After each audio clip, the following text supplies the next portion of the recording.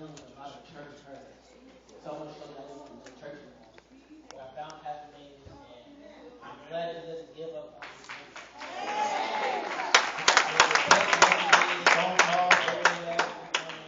If it wasn't for him, I probably wouldn't be in church right now. That's why all the ministers, missionaries, deacons. If you have your Bibles, we'll be going to Jeremiah chapter 20, verse 7. Thank you, Lord. Glory. Jeremiah chapter 20, verse 7.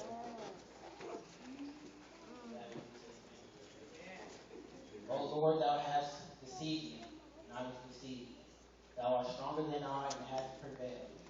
I am in derision daily, every one mocketh me. For since I spake, I cried out, I cried violence and spoil, because the word of the Lord was made a reproach to me, and a derision daily. Then I said, I will not make mention of him, nor speak any more in his name.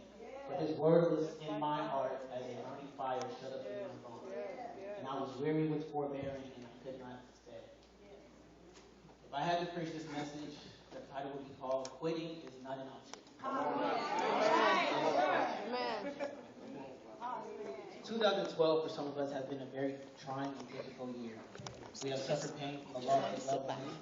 We have endured stress because of the jobs we have lost, and received heartache from all the disappointment that this year has introduced to us. Disappointments in ministry have left us complacent and stagnant, and our bodies have been under attack, leaving us with ailments and sickness. So we have been stressed mentally, experienced emotional anguish, and endured physical pain. But now more than ever, God is calling us to be committed to Him. Now is not the time to throw in the towel. It is time to hit the floor and pray. It is not time to murmur and complain, but it's time to give God the praise and worship that is due His name.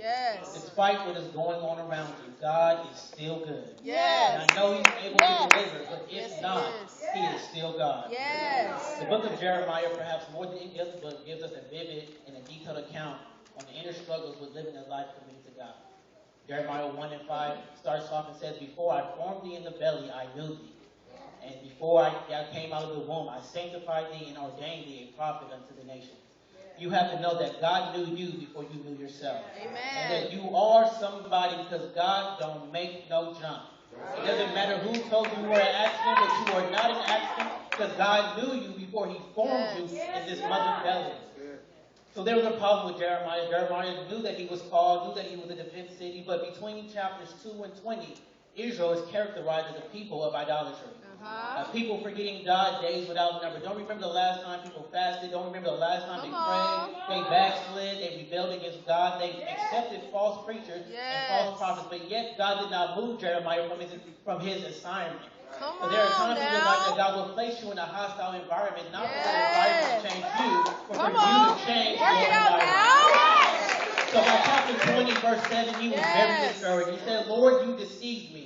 I thought by now doors would be opening for me. I thought by now people would be flocking into me. And the word of the Lord became a reproach unto me. Every time I say this is my year and it doesn't happen, people begin to laugh at me. Every time I say you're going to do it, Lord, and it doesn't happen, people begin to laugh at me. But he says every time I try to stop talking, it's like fire shut up in my body. And I'm getting ready to close, but I'm reminded of all he says, I've learned to be content in whatsoever state I'm in. I know how to abase and I know how to abound. I know how to instruct when I'm full or when I'm hungry. I can serve God when I'm hungry, and I can serve God when I'm full. I can praise God